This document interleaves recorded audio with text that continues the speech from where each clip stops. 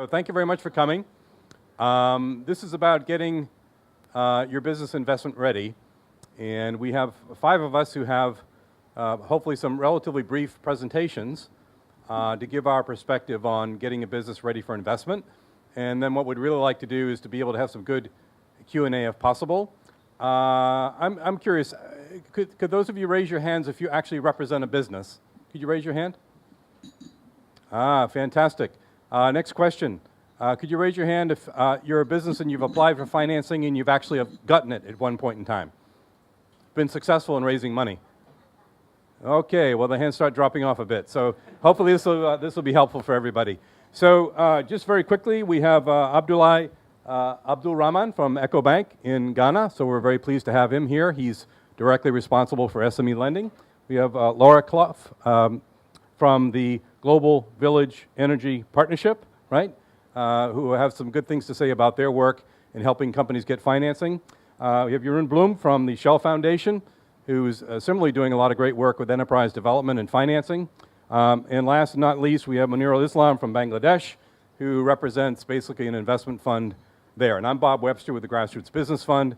We're an impact investment fund. So with that, I'll turn it over to Jeroen to kick us off. Should I try this one? Or? Yeah, go for it. Okay, hello everyone.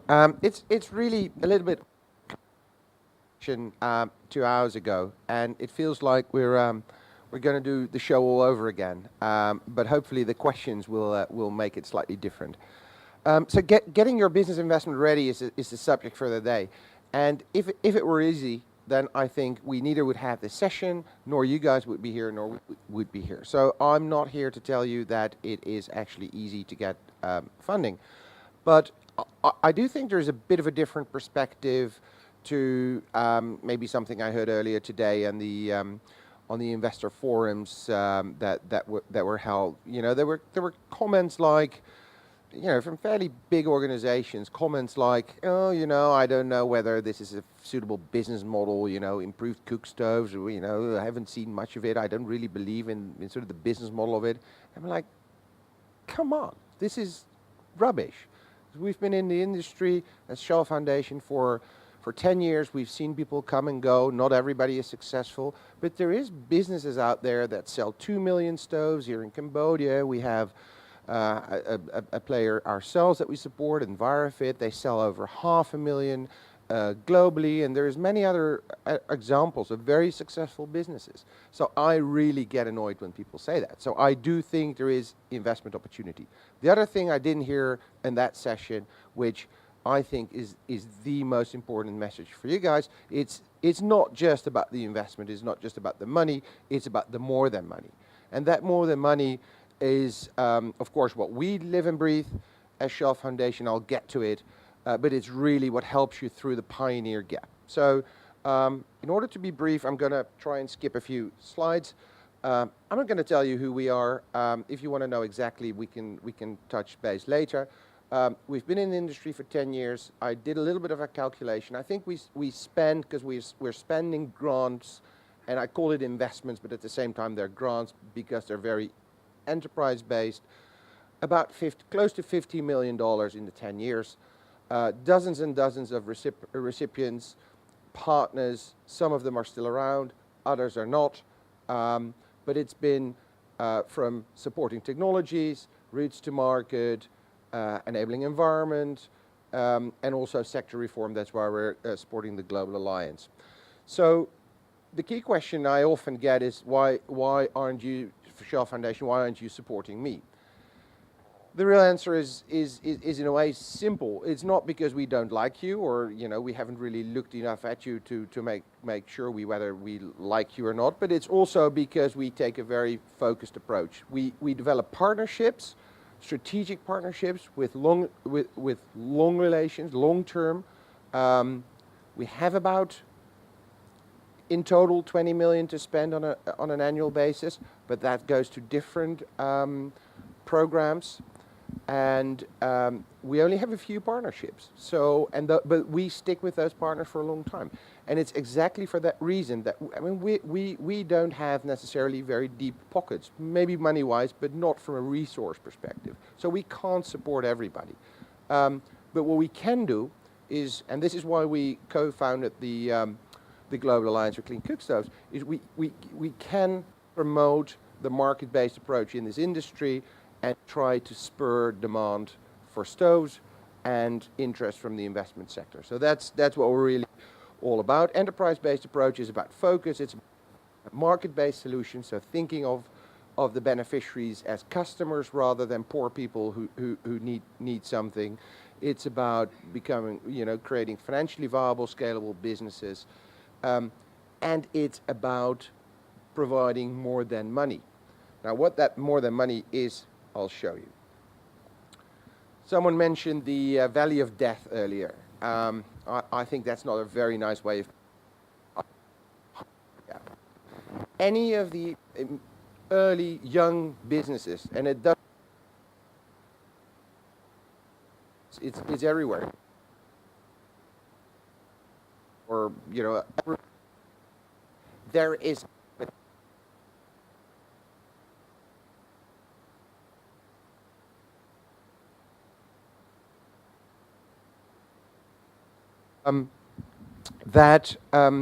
that's lovely, but at some point in time, it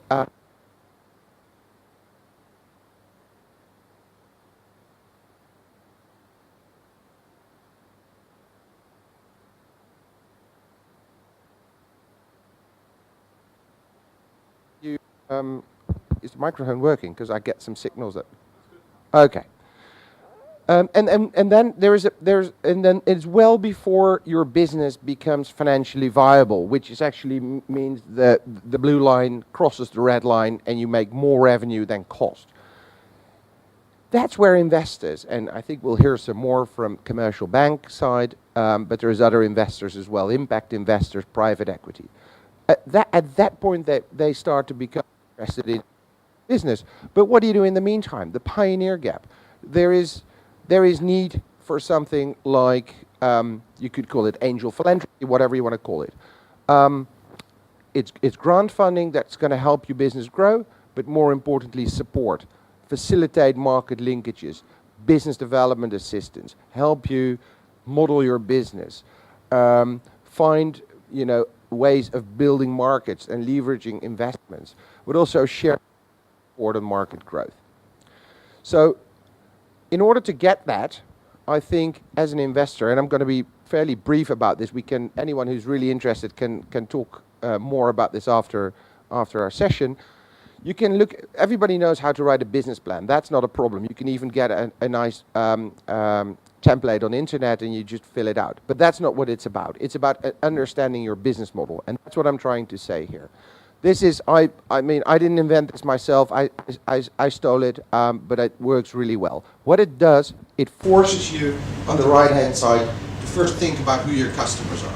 And not just who they are, but which one is actually generating, the best income for you. The top 20 customers that generate 80% of your revenue. Understand who your customers are, then the next question is, do you know what it is they want? So what's the value proposition you're offering them? Can you use the second microphone? I can try it. I can turn it off. Is this better? I don't think that's on. Is this better? That's good enough. Okay, I can also speak up. So it's about knowing your customer and then focusing on your value proposition. What need do you serve when addressing your customers?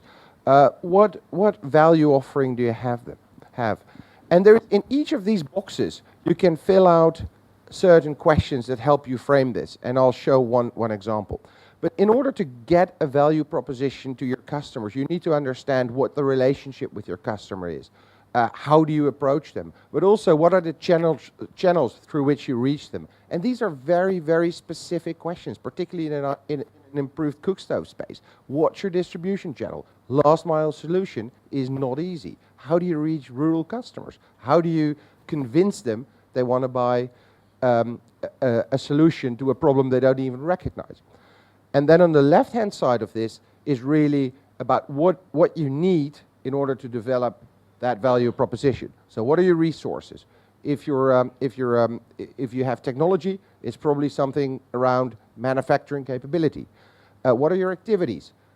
And most importantly, there is a lot of things that you probably need in order to develop your value proposition, but you don't have it in-house.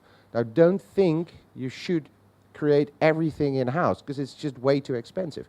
Think about ways of getting it externally through partnerships. All your suppliers are effectively in that corner.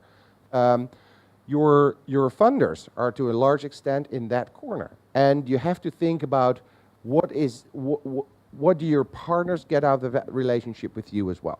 And then, of course, on the bottom hand side, it demonstrates there's a cost and a revenue stream, and hopefully the revenue stream you can identify to be higher than your cost side, and that's where you have a viable business. Now, if you're an impact, and I forgot to mention, but this is not just for a for-profit business. You can be a not-for-profit business and apply exactly the same rigor to thinking through your business model. And of course you need revenue streams, but in that corner where it says revenue streams, you can also think impact. There is products out there that reach customers that have more impact than others at a lower cost. So that is about finding the biggest bang for the buck. So here's just a few questions. And if you're interested, just, I can show you questions for all these boxes that could help you frame this later after the session. Just maybe the final slide. What is it that we as Shell Foundation would look for in creating strategic partners? And my key message to you is that none of these are hard criteria. I think a lot of this is soft and based on, to an extent, gut feel, but it is really important to tick all these boxes. And it's very much about aligned vision, to go to scale and at least want to be a sustainable business. But it's also about track record and business acumen. And that to me doesn't mean that when you come to me at Shell Foundation or anyone in this space, you would have to show that you were able to create a business and successfully sold it and you're financially independent, because that's by no way the point I want to make. But you just need to be able to demonstrate you have this business acumen. You want to do things in a business-like manner, and you think about your customers as customers and about a market-based approach. And then another very core thing for me, if you're interested in partnerships, you need to demonstrate both skin in the game and focus. Because if you're not focused, because you're doing 4 or 5 other things at the same time, what makes me, how would I be convinced that this is the thing you're going to spend most time on? Particularly in something like improved cook stoves, which is not an easy business. You might quickly lose attention and maybe focus on other things. The startup risk share is what I mean with skin in the game. I do want to see because it creates alignment. And it does not necessarily mean you have to come up with thousands of dollars to co-invest. It's obviously the most logical skin in the game that you can see. But reputation, for example, can be skin in the game as well. I made the comment earlier about Rocky. He put his reputation at stake to be an ambassador to the Global Alliance. Now that I call skin in the game, and same for the chefs. And that you can do as a businessman as well. And then finally, and this is maybe very specific for Shell Foundation, but we strongly believe that it adds value to any startup business, social business in this space, is we do want to reinforce our business principles. And it's not just because we're linked to Shell, who has massively rigorous business principles way beyond the business principles that we adopt. But it's very obvious things like health and safety. If you're a cook stove manufacturer in wherever, China or Africa, we just want you to apply certain safety features to keep your staff healthy and protect yourself from reputational damage. The other aspect is anti-bribery and corruption. Of course, not the same rigor that Shell would apply, but just common sense in applying those kind of rules and regulations. And I do realize it's hard, but it is all about creating not just a sustainable and viable business, but also a social and reputable business. So that is things that we would bring to the table, and you would have to sign up for that. And then the one thing that's not on here, but it's hopefully fairly obvious, is that, again, I started by saying it's not just about the money. It is about the more than money component. It's about the willingness to work together, to partner, and also to be mentored and accept business development assistance and be guided on how to do your governance structure. Be helped on very specific issues around finance, around systems, market research, all those things. And I think that's what truly adds value in two ways, because that's what ultimately creates impact at scale, and that's what we're after as well. So let me stop there. Great. Thank you very much. I think what we'd like to do after each speaker is maybe take 1, 2, maybe 3 questions just to break things up a little bit. So with that in mind, if anybody has any questions or comments from, yes, and I'm going to give a microphone to this one.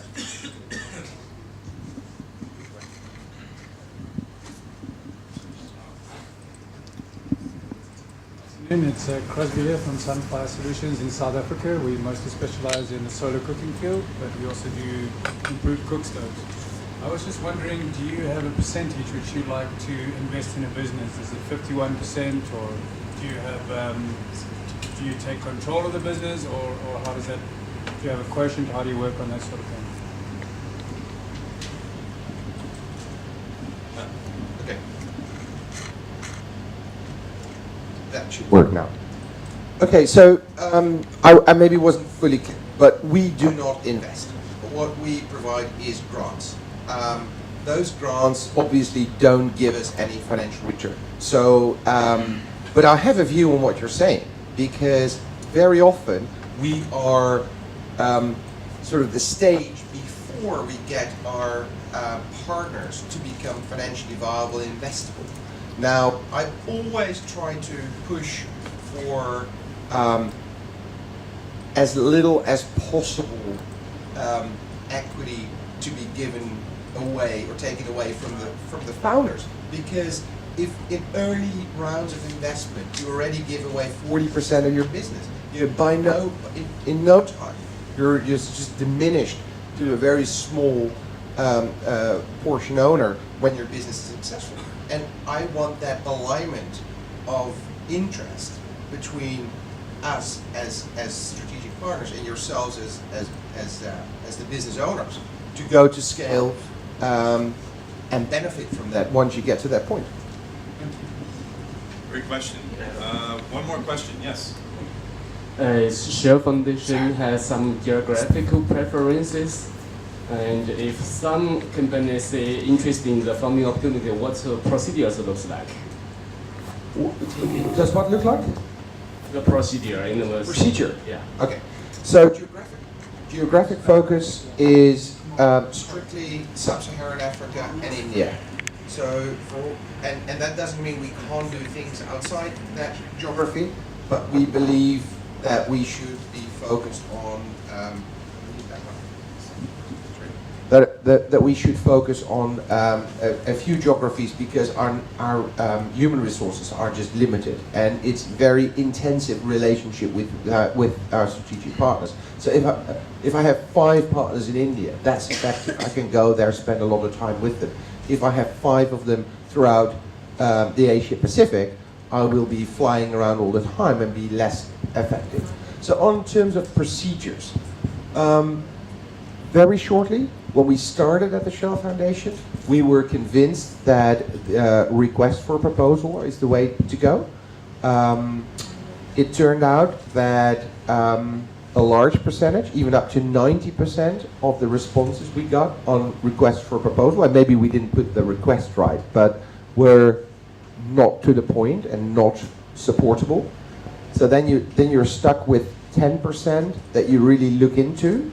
And even out of that 10%, you're going to disappoint another eight of them. So you're only left with 2% out of 100 that you're actually financially supporting. Now that's not great for your reputation, I can tell you. So we do it differently. So we're very active out there in the marketplace, meeting people like we're meeting people here. We're in lots of conferences, but we also get referred a lot of people. We spend a lot of time with our social enterprises all over the world, and we kind of know you when you're successful or potentially successful and you're out there. But it is important to be in touch with you guys. And that's how we ultimately select.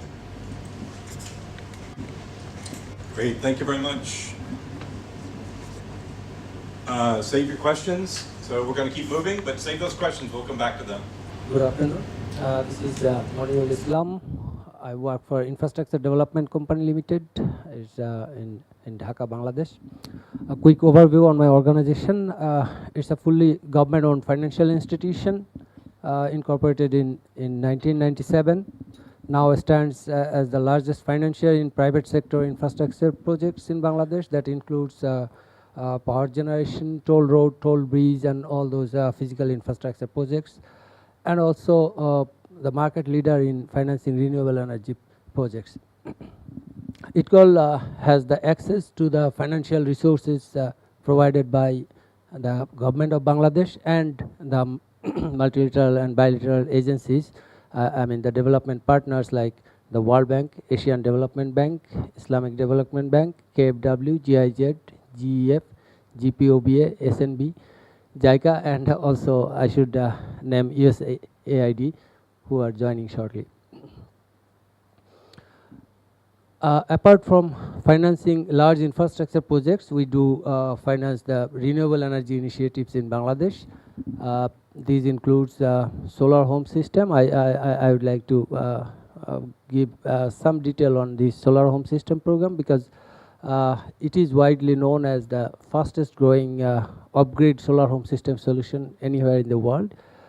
So far we have received, in fact, more than 2 million solar home systems, and we have a target to install 4 million by 2015.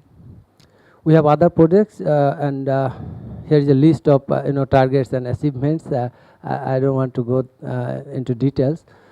I only name the projects like domestic biogas projects program, and then solar irrigation program, solar mini grid program, solar powered telecom BTSs, biogas gasification based electricity generation projects. Basically in Bangladesh the source is rice husk. We are doing on these rice husk projects. And then we have biogas electricity projects based on the cow dung and poultry drops. And finally we have improved cook stove. We have just taken it on board.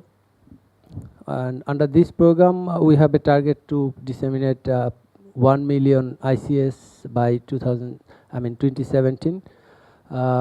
It is going to be launched very shortly, and the World Bank is supporting this program.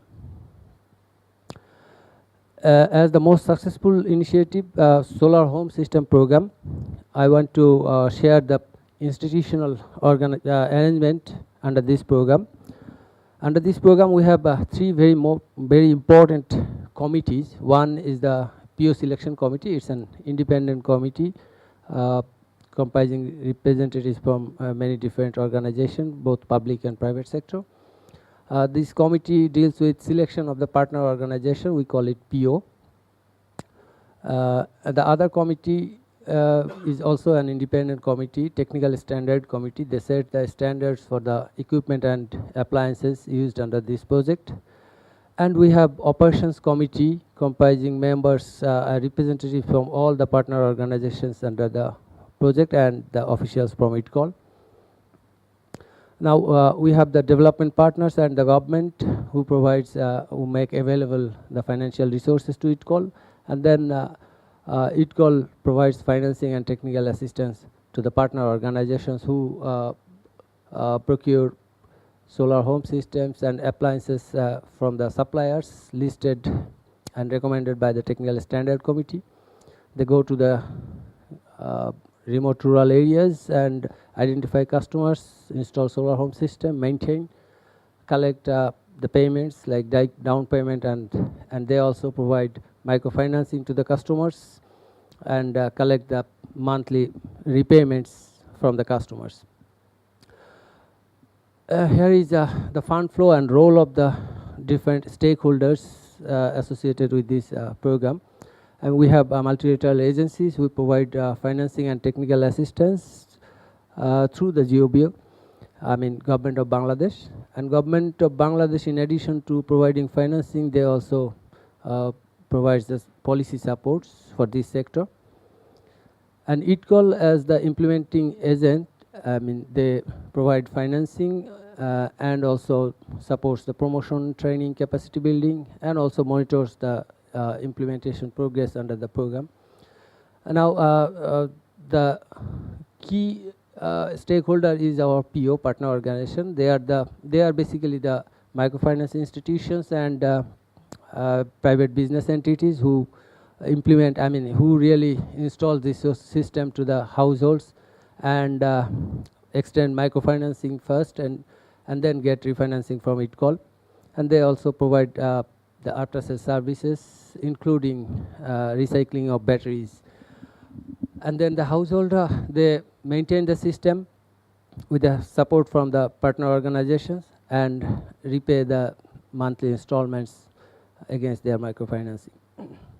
And debt service goes like the household repays to the POs, then PO repays to ITCOL, and ITCOL through government repays to the multilateral agencies. An example of financing a solar home system, we have taken an example of most popular capacity of solar home system, which is 50 watt peak. The price is about $400 US. So we provide buy down grant to support the affordability of the customers, I mean the households. And then the remaining amount, on that remaining amount, customer pays 10 to 15% down payment. And then the rest amount is provided by the partner organization to the household as microfinancing or microcredit. Usually the terms for this loan are usually 3 years, but they have the mandate to extend the loan for between 1 to 5 years tenure. And they charge 12 to 16% interest per annum on their outstanding loan amount and collects monthly installment from the customers. Out of this outstanding loan provided by the partner organization to the household, ITCOL refinances 80% of that amount with concessionary terms like the tenor is 5 to 7% with a grace period of 1 to 2%, and the interest rate between 6 to 9%. It depends on the size and nature of the partner organizations. I mean, the objective of this program is to reach the commercialization. So we started with financing more concessionary terms, like the tenor was 10 years and interest was flat. I mean, across the POs, it was 6% per annum on reducing balance method. Now we are creating a kind of positive discrimination among the partner organizations so that the new entrants and smaller POs are protected and they can operate in the long run. We have the quality control mechanisms. We do have a big quality team. They are stationed at different locations. We call it regional offices in different parts of the country. They do verify the technical and physical, technically and physically the systems installed by the solar home, the partner organizations, and also there are some independent assessment by the consultants and other institutions engaged by the government and the multilateral agencies, and also the institutions engaged by ITCOL itself. We do provide training to the customers, the staff of the POs, and we create the trainers through the training program. And we have a call center arrangement to deal with the complaints from the customers. Now, we have just uh, taken the ICS program on board, and it is going to be launched very shortly. And we are planning to, use the same organization, similar organizational structure, institutional arrangement as we are, applying for the solar home system program. So I don't want to go very detailed, as we have already shared this arrangement. We have a rollout plan for this ICS program. We have divided the whole country into many clusters, having customers of from 2,000 to 10,000 households in some smaller administrative units of the country. And we are trying to develop the entrepreneurship in different localities so that they are able to disseminate efficiently. And we have planned to announce a smoke-free village when that specific cluster reached 100% coverage. And we are planning to develop each cluster within 3 years time period. We will be supporting in different ways, like the quality monitoring, the call center, capacity building of the POs, logistical support, promotion, advertisement, and all those things, and standardization of the stoves and design of it, and the testing facilities, so that they maintain the standard and quality. We will be supporting R&D and conduct health impact assessment and share with the stakeholders. And we are planning to provide some grants to the partner organizations so that they are able to operate in this sector initially.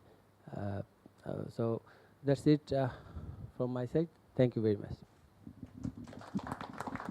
One piece of advice for companies looking for financing you think might be helpful?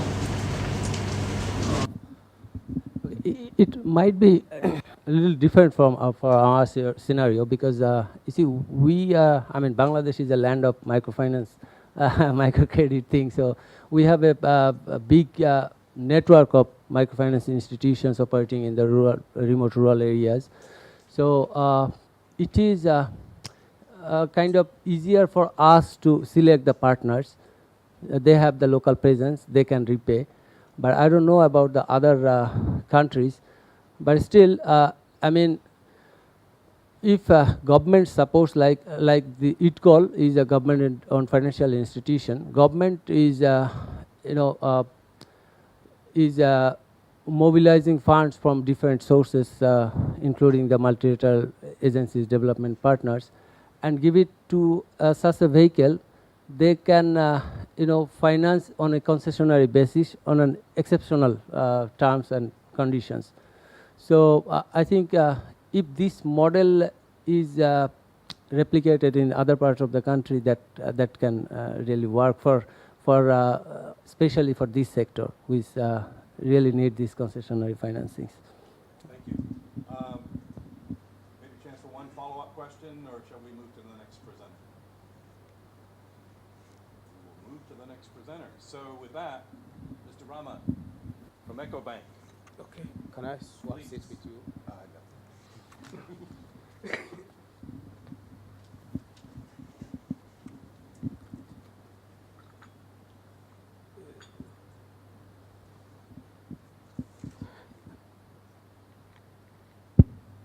Okay, my name is Abdullah Abdurrahman. I'm the head of the SME business for EcoBank Ghana. EcoBank is the largest bank in Africa in terms of footprint. And we are here trying to not just excite you about the potential of accessing credit for your businesses, but also to learn from you in ways that collectively we can take this initiative further than where it is today. So I will just start by giving a brief outline of my presentation. Of course, I'll talk about the EcoBank Group. We never miss an opportunity to talk about ourselves. I'll talk about our mission, our network. And for you, what is critical is what do banks, and not just banks, but anybody who has money, look for in a potential business to invest in? In other words, if somebody is looking to put money in your business, what are the characteristic features that person would be looking for to see in you before they place their money in you? And then I'll conclude and take questions. Now, we are a leading Pan-African banking group with over 1,151 branches and offices in 33 countries in Africa. You know, so that's just about the whole of Middle Africa. We have representative offices also in South Africa, in Paris, in London, in UAE, and in China. We have over 18,000 staff, staff of 30 different nationalities. And we are listed on 3 stock exchanges: the Ghana Stock Exchange, the Nigerian Stock Exchange, and the Ivorian Stock Exchange. And so if you want to have more details about the EcoBank Group, you can go to our website as indicated on the board. EcoBank has a dual mandate, and that's very critical for us as an institution. We see ourselves not just building a first-class Pan-African bank, delivering service to our clients and having a fair return for our stakeholders, but we also see ourselves as an institution that has a mandate to contribute to the economic and financial development of Africa. We have over 170,000 private and institutional shareholders of the bank. A pictorial or graphic representation of our footprint. You may want to ask that, okay, I am an SME doing clean cook stoves. Nobody has looked at my business, let alone put money into it. What shows that EcoBank, you support small, medium businesses, that you may want to look at me. I'm just giving you a brief history of some of the nations that we operate in and the level of investment we did in SME businesses as at the end of last year, 2012. And you can see in Kenya, we had invested $70 million in SME businesses. In Ivory Coast, in spite of the crisis, you know, the war and all of that, we stayed. We did not run away like some other institutions. We still had 80 million at the end of the year. Cameroon, 75. Nigeria, 300 million. And in Ghana, we had, as at the end of last year, 120 million US dollars. In various sectors of SME endeavors, including agri, manufacturing, trading, construction, ICT, renewable energy. Renewable energy in terms of solar in particular. But we also did one cook stove business last year. What do we look for? You know, in other words, if you were getting your business investment ready and you were looking for a financier, what should you have done with your own business in order to be attractive, in order to present a very good value proposition to the potential financier? And I'm saying that for banks to look at your business as a small, medium business, we are looking to support businesses that generally have an understanding of their operations. And so if you are a cook stove manufacturer or distributor, we want to know that you have a fair understanding of that industry. What makes that industry tick? You know, your competition, your strength relative to the market in that industry and stuff like that. Of course, we need to know that you have what it takes to manage a business. Usually, as an SME, you are the owner manager. You wear multiple hats. You are the human resource manager, the production manager. For most SMEs, not all. You are the marketing manager or the chief marketing manager.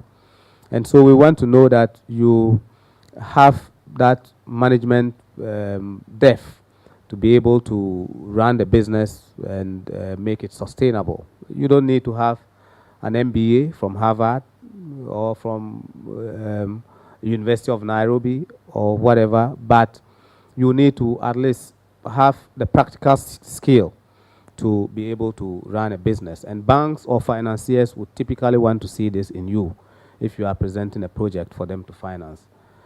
Now, it's only by selling a product, and collecting money that you can pay back any potential investor. So every investor would want to know about your market. What is your identifiable market? Which sections of that market are you pitching? Usually markets are big enough for not just one operator. And so what niche of the market are you identifying to fit your product? So we'd want to know if you are selling on cash, all good for you and for us as a financier. But if you also sell on credit, we need to know that you have mechanisms to collect, because it is only if you sell and collect that you can pay back whatever debt or equity investment that somebody makes in your business. For most businesses, there are industry or trade registration requirements, and so if you are into clean cook stoves, a financier would want to know that you are registered with all the requisite bodies that empowers you to manufacture and or distribute clean cook stoves. So for example, if it is a requirement that before you manufacture and distribute clean cook stoves, you should be registered with the Global Alliance for Clean Cook Stoves, we would require to see that you are so certified. If you are setting up a factory and you require an environmental agency permission from your country to do that, we would want to see that. If you are a business, you should be registered with your Registrar General's Department and so on and so forth. Banks or potential financiers would want to see discipline in the way you run your business. And one key way to measure discipline is to see whether the investor keeps proper book of accounts. You don't have to be a chartered accountant again. You can keep good book of accounts in Excel, even in a notebook. And that, for us, is acceptable. But you should demonstrate that you know the difference between revenue and profit.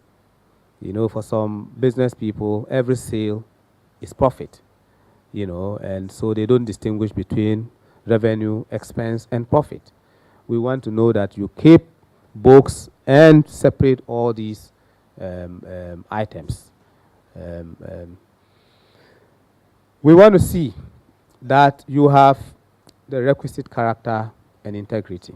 And I was saying in the other class that for most multinationals, large businesses, because the corporate governance is strong, there's usually a board, and then beyond the board, if they are listed on a stock exchange, they are also supervised and regulated by that stock exchange.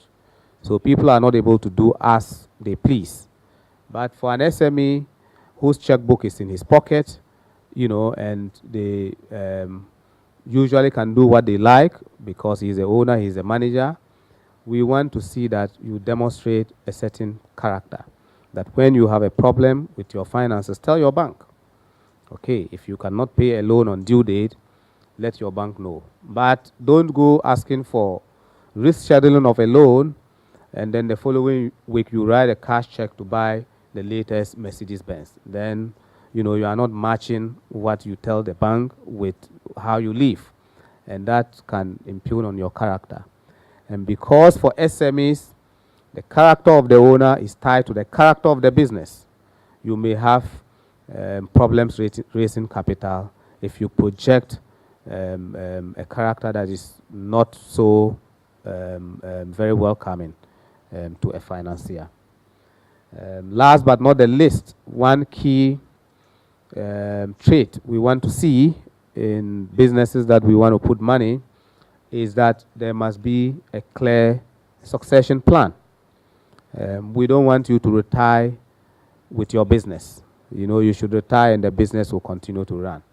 And so if you are grooming your son or daughter or nephew or wife or husband to take over, make sure that they are into it even whilst you are still strong. Let them go with you to the bank. let your banker see that apart from you, somebody else is deeply involved in the business. That, God forbid, if even tomorrow you drop dead, somebody can carry it along. Because banks don't want to put money in a business that is driven just by one key person. I mean, some banks will take key man insurance, but it's expensive. And it's not every budding entrepreneur that can pay the premium for such insurance. But then, if you convince the bank that apart from you, you are grooming somebody to take over and the person is actually in the business, it's good. I mean, we run around Africa training people, small businesses, the need and the importance of succession planning. And I will encourage all of you, if you not already are doing that, you should begin to do that, because it's a key trait that financiers look out for when they want to put money in your business.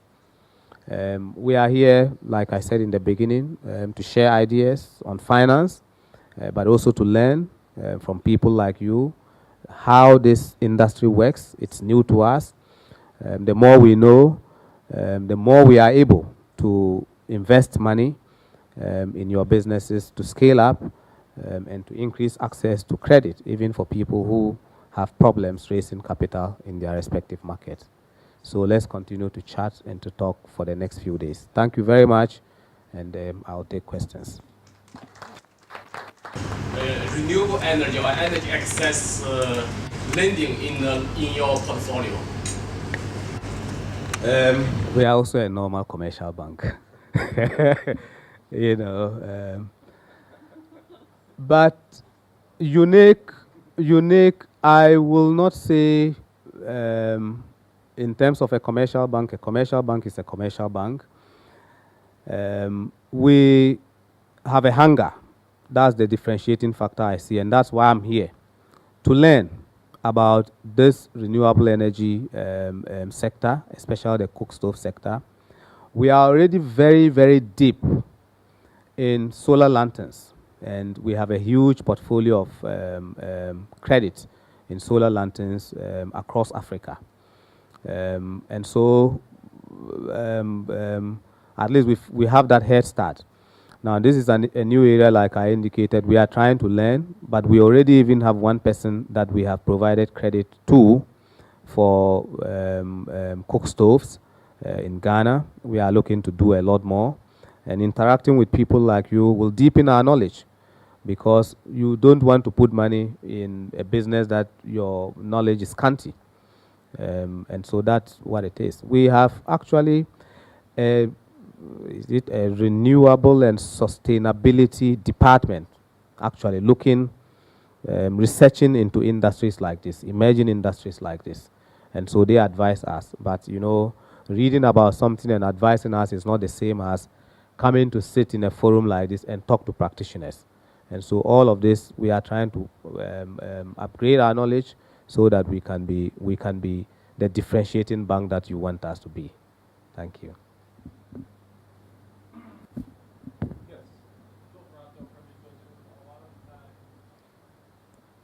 What's your name again? Phil.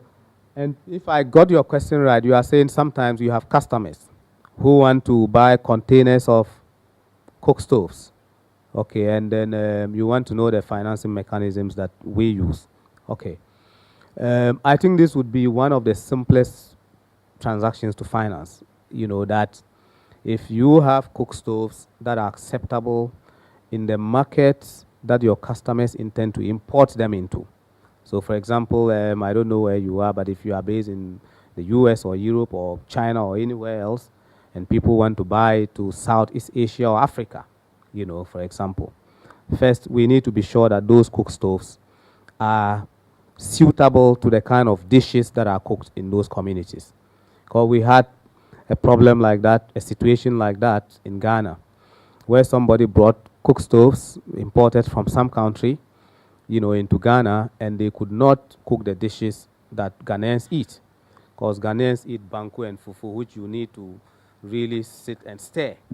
But the cook stove is such that as you try to stir, then the stove is shifting, and falling over and stuff like that. So first and foremost, you need to know that. Now, from my understanding, there is generally a large market for cook stoves, at least for now. And so we can establish letters of credit and bring them in. We can bring these cook stoves in under documentary collections if people don't want to do letters of credit. You know, where, for example, we would require that you ship the cook stoves to him, to the port of delivery, and send the documents to the bank. So it's cash against document. He pays the cash, and we release the documents to him to go clear.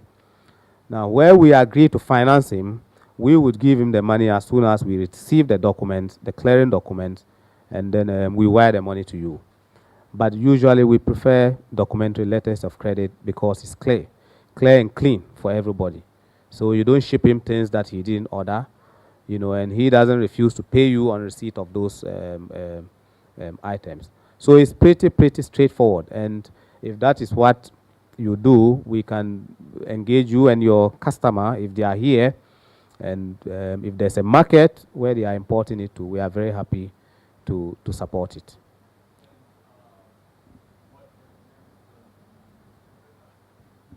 Okay, that we would need to engage the distributor. For example, we need to know, and maybe I'm getting a bit technical, we would need to know his cash conversion cycle. So from the day he places the order with you to the day you pack the goods in a container, send it to the port, ship it, to when he receives it, you know, sell it, collect money, and put in the bank account, how long? Maybe he would say 120 days. Okay, if it is 120 days, we probably would give him 150 days just to leave a window so that if things don't come as fast as they should, there's a little window for flexibility, you know. And once that is worked out and acceptable, we are usually ready to finance them under what we call stock and inventory finance. You know, so he's actually not manufacturing anything. He's just buying stock and reselling it. He buys stock, put it in his warehouse, and resells it. It's pretty straightforward. If there's market, and if you can produce and ship, as you claim you can, it should be a pretty simple thing for a bank to finance. I'm just going to tell you a little bit about what we've been doing at GVEP International, helping entrepreneurs access finance in East Africa. Is this one? Yeah. So my name's Laura Clough. I'm a technical specialist, so I help support the biomass businesses that we work with. So we're a non-profit organization, and we work to increase access to modern energy and reduce poverty in developing countries. So we do this mainly through working with energy businesses. We provide business and technical advisory. We do market development activities, and probably what you're interested in today is we help entrepreneurs get access to finance as well. So one of the ways that we do this is by facilitating linkages between entrepreneurs and financial institutions in the regions where they work. And we started this in 2009 by doing a lot of training under a USAID program, which trained senior managers in financial institutions, loan officers, and SMEs to really try and sensitize them on the energy market and encourage them to start lending. And we built further on this, trying to develop some specific relationships with financial institutions and get them lending to some of our micro entrepreneurs that we work with under our programs. And we set up a loan guarantee facility, which was a revolving fund, which allowed us to get the financial institutions lending with kind of lower terms and less collateral in what they were perceiving to be quite a risky environment and a new environment for them. So as a result, we facilitated over 100 microloans through our entrepreneurship program. So they're just ranging from like 120 to $6,000 US. So these ones are quite small, and we've actually worked with EcoBank in Kenya. We've worked with Kiva Zip, especially on some of the smaller loans, which have been dispersed through mobile phone payments, which has worked really well. So we are also working on Other ways to allow entrepreneurs to access finance. We're currently raising an impact investment fund with Alpha Mundi, which will invest in energy businesses in East Africa. And some of our programs also have specific grant facilities for entrepreneurs. We work on some energy competitions and things like that. So we're really building further on our work to increase access to finance. These numbers might look a bit small at the moment, but we're increasing our financial linkage capacity to be able to work with more businesses. Just a few lessons learned. As I said, it's quite a new concept to a lot of financial institutions, and we're working with some people like EcoBank, but also smaller SACCOs and things at the local level. So it has required quite a lot of groundwork. We've been working on this for about 3 years now. So like the training of the financial institutes, but also working with the micro entrepreneurs. It might be the first time they've got a loan, so helping them to utilize the loan, get their business ready to take that. And it's kind of like we hope that allowing them to get them first loans, they'll continue to be able to approach financial institutions without us to get further loans and grow their business. And it's also worked well because it's part of a larger program where we have entrepreneurs on the ground that follow up with the businesses to see if they're making repayments and things like that. So just a few tips I'd give to entrepreneurs if you came into my office and were looking for finance. And maybe a few people have covered these already as well. Is one is to kind of have a plan. It doesn't have to be a robust business plan. But people often tell me about their great ideas, and I might say, well, can you send me some information about it? I want to kind of share it with some people in my office. So just if you have something you can present to people. Also to know what you want the money for. People will come and say, oh, my challenge is finance. Well, you know, what do you need finance for? I need to grow my business. Well, how will finance help you? And you really have to peel back them layers to get to the specific point that the entrepreneur wants to open a new outlet, he wants to employ a person or something like that. So for entrepreneurs to think about the specifics of that.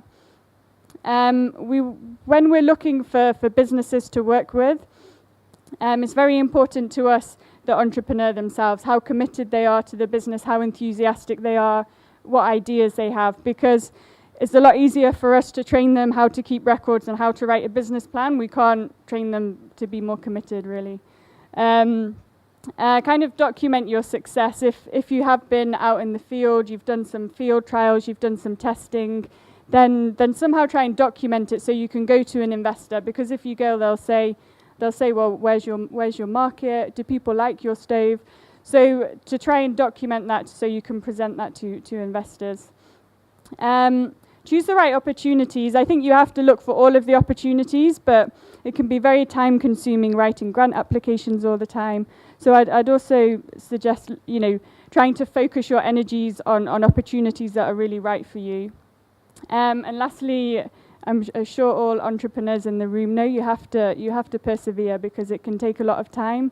You can get a lot of rejections on the way. So you really need perseverance when looking for that finance. Okay, that's it from me. Thank you. Laura, Juris Cambodia. In your case, does GWAP has contractual arrangements? What are the contractual arrangements between GWAP, entrepreneur, and the lending bank? And the consequent question to the lending banks, for example, would you recognize NGOs as sort of a guarants? As sort of someone who, for entrepreneurs who often lack actually, management skills to write up those business plans, to hold an accounting book, for example. Because in most, do you hear me? Should I be speaking out? Yes. Yeah. I think you're asking how much does a bank recognize the support from an NGO in getting the business ready? Okay. I'll just answer in terms of the contractual agreements. Yeah, we always sign, and each deal is kind of different in its respect that we have a kind of clear MOU between different parties. what GVEP is going to do. And although we do offer some loan, we do have a loan guarantee fund. We only partially guarantee, and we like to share the risk between all parties, because another model we have is like a dealer model where we work with a product supplier and maybe an umbrella organization for women's groups. So we like there to be some risk sharing between ourselves, the bank, the entrepreneur. We like the entrepreneur to put up some money first to try and share that, and we develop a clear MOU for each deal, which outlines the responsibilities of the bank, the responsibilities of the entrepreneur, and our responsibilities. Okay, so the question, let me just try to see if I got it right, is that if an NGO should present me with a business plan, is that acceptable to me to make a decision based on? Yeah. If you ask me, and I tell SMEs every time I meet them, the best person to write your business plan is yourself. It doesn't matter whether you can put good English together or not. It's your idea. You present it in the way that you can. Our experience is that you will see tons of business plans coming from all kinds of SMEs, and all they have done is to go and see a consultant, pay the consultant a lot of money. The consultant goes to the internet, extract information that is absolutely irrelevant, to their situation, and present it to the bank. Now, if I take that business plan, I'm going to know that this is just extracted from a book or the internet, and it doesn't help me make a decision. So, as leader of a business in the bank, what I do is I train all my loan officers to be able to extract business ideas from the entrepreneurs.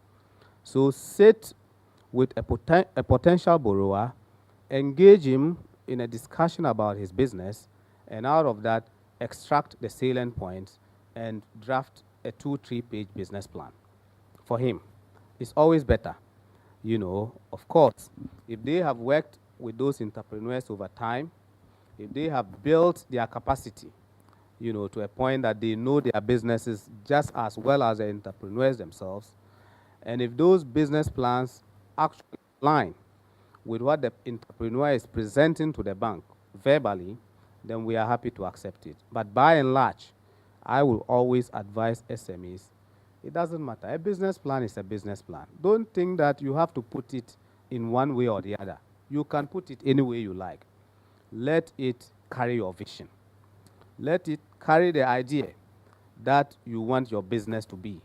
And sit down with the banker. If the banker is really worth his salt, he will be able to extract your idea and work with it.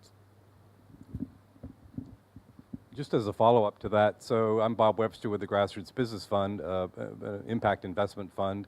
So I think hiring a consultant, working with an NGO to develop a business plan is fine. I really want to echo what Abdullah is saying. It's really critical that the entrepreneur owns that, understands it, and is able to communicate it. There's, my own experience, I've dealt a number of different times where I had a consultant and the entrepreneur in the room with me, presenting the business plan. I ask a question about the business plan, the consultant starts to answer. And sometimes I've had to be rude and say, John, please, I'd like to hear the answer from the owner, because that's the one that counts. So it's a little bit funny, but it's actually true. There's been a number of times where that's happened. So if you do play a role in doing that, I think it's important to know the role that you play and how the financier really wants to hear the vision and the details from the entrepreneur themselves. There are 2 reasons to do a business plan. One is to convince somebody to invest in your business, but even more importantly, so that you understand your business itself. Just the process of doing that really forces you to think about key aspects of your business. All right, yes?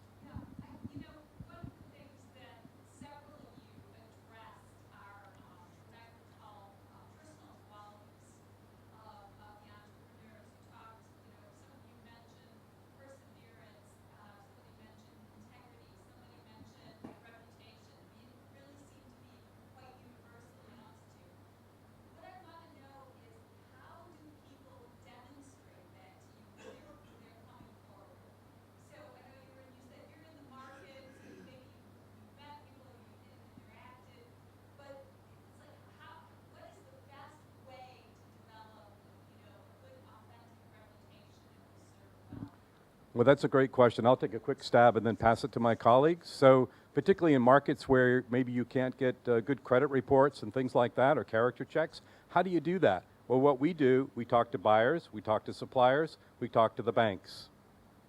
And that gives us a pretty good picture. Yeah, I think that's an excellent answer, Bob. Also, and just as anecdotal, and you probably won't like the answer very much, but before I worked with Shell Foundation, I was at FMO doing private equity. A colleague of mine told me, I never invest in any business of which I don't know the owner for at least 2 years. Now, he was kind of risk averse, so maybe that 2-year time frame can be shorter. But it to me demonstrates, and I thought it was one of the bigger lessons of investing in emerging markets, is just knowing someone. And I think that personal interaction is one thing, but also trying to do the reference checks in a formal and in an informal way. And there's always people around. And actually, a forum like this in the Global Alliance Forum is an interesting way to do that informal checking of who's good and who's great. Let's put it that way. So it's all those things together that actually demonstrate your reputation.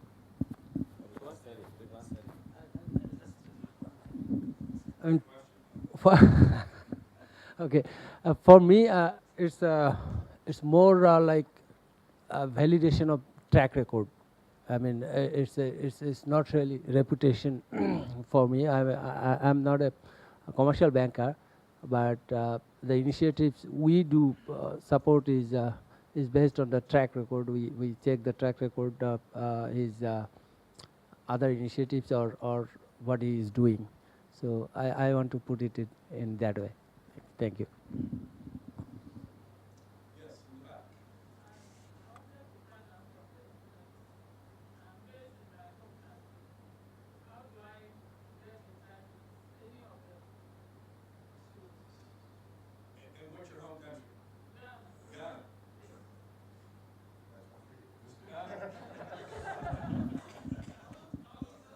I think she can get me. So she actually is meaning you. There we go. I came in the same plane with her. Okay, so that's one down. Are you familiar with Growfin? Growfin is a small medium enterprise fund that provides access. It's actually in 9 countries in Africa, 7 to 9, depending on how you count. They provide access to finance to small medium enterprises that are not bankable yet, that won't be able to attract funding from Echo Bank because they have limited track record and no collateral. They will do in-depth due diligence, and actually as part of that will come up with a BDA plan, business development assistance plan, that's going to help you grow your business. And if you meet those criteria, you can get what I would call a package of finance and business development assistance. It's cash flow lending. It's not cheap, I can tell you that as well, but it is definitely an opportunity for people who are in that space of small and growing businesses. And they have offices in Accra, so I can link you. I'll assume, Munirul, you don't want to answer that question. No, okay. That's a joke. So as far as the Grassroots Business Fund, you can contact me, or we have an office in Nairobi. That's the closest one we have to Accra. We'd be happy to talk with you. Any other questions? All right, well, we're getting to the tail end, so let me just give you a quick overview of GBF, or the Grassroots Business Fund. So we're not a bank.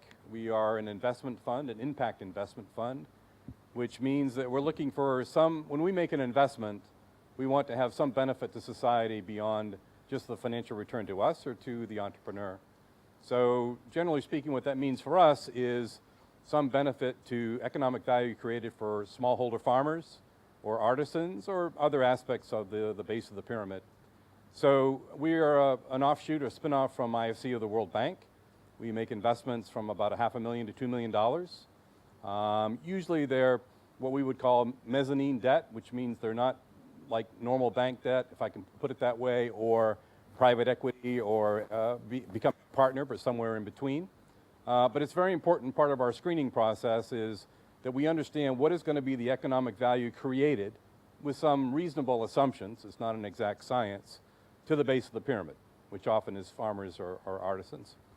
So with that kind of quick background, one thing I wanted to sort of emphasize was the importance of a first impression. So if you're a business looking for financing, as we were joking earlier, you know, our mothers taught us, well, you only have one chance to make a first impression, right? That's very important. So I don't need to repeat what all of my colleagues have said here, which are all very good points. But I did want to emphasize the importance of a first impression. So for us as an investment fund, we want to have a quick first good impression that you understand your markets, you understand your customers, and you understand your finances. And I emphasize first impression not just as a general principle, but probably on average, for our fund, for every deal that we close, and we're not a volume-based business, by the way, we're not. So I don't know, we might do, you know, 10 investments a year or something like that. This is across 4 offices across the world, right? So it might take 100 applications for us to close one deal. So what's really important of our model, that's just the way the business works.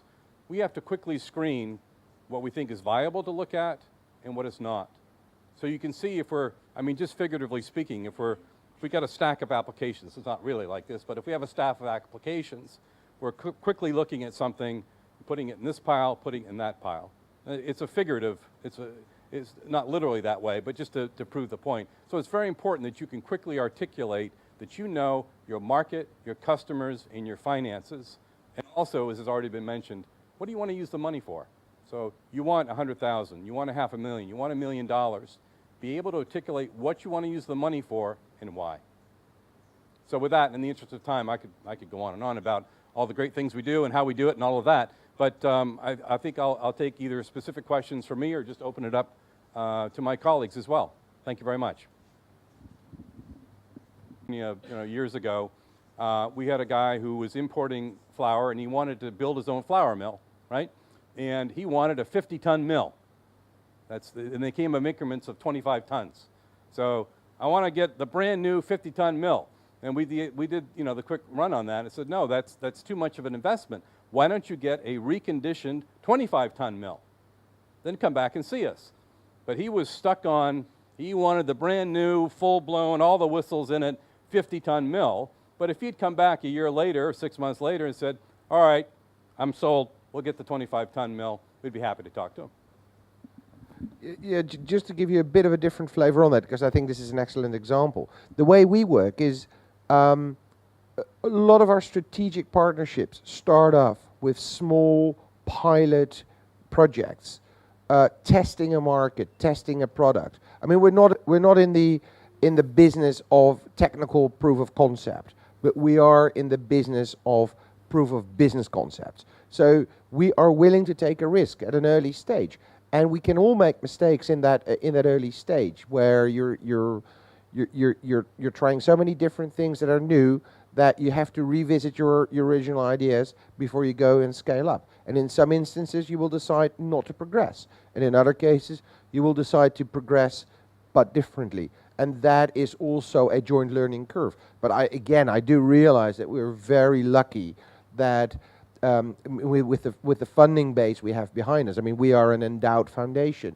I don't have to make financial returns. I can make such investments and use that as learning money to ultimately pick the right place to scale up. But that's another way of sort of building that relationship.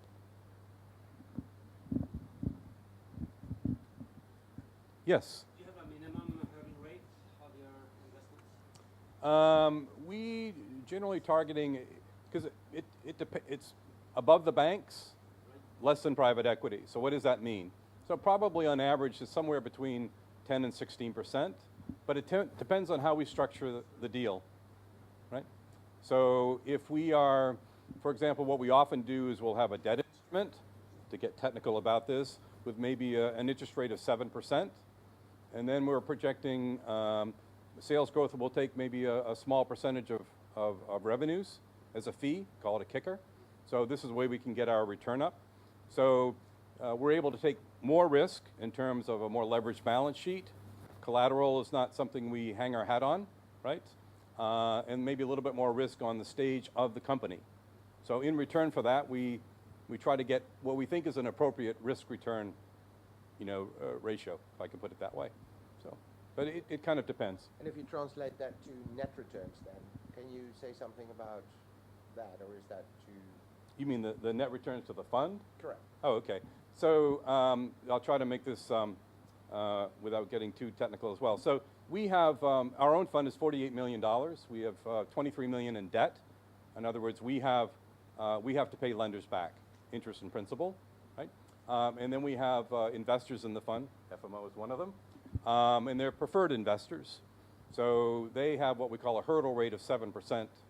So to ourselves, basically, our net return, we're looking for the fund of around 7%. Yeah. So that's basically, we're looking for a net portfolio return of 12%, take away the fees to run the fund and all of that, maybe 7% to our investors, which, if you think about it, is a pretty modest return. But this is because we're financed by, development finance institutions that, yes, they're looking for a modest financial return on the fund itself, but some development mission at the same time. Yeah.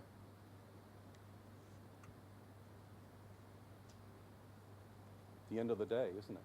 Yes, we'll give you another question. No, we big believer in boards. An important part of our screening mechanism is the willingness of a company to have a board, a functioning board, and hopefully even an advisory board, and we'll sit on the advisory board.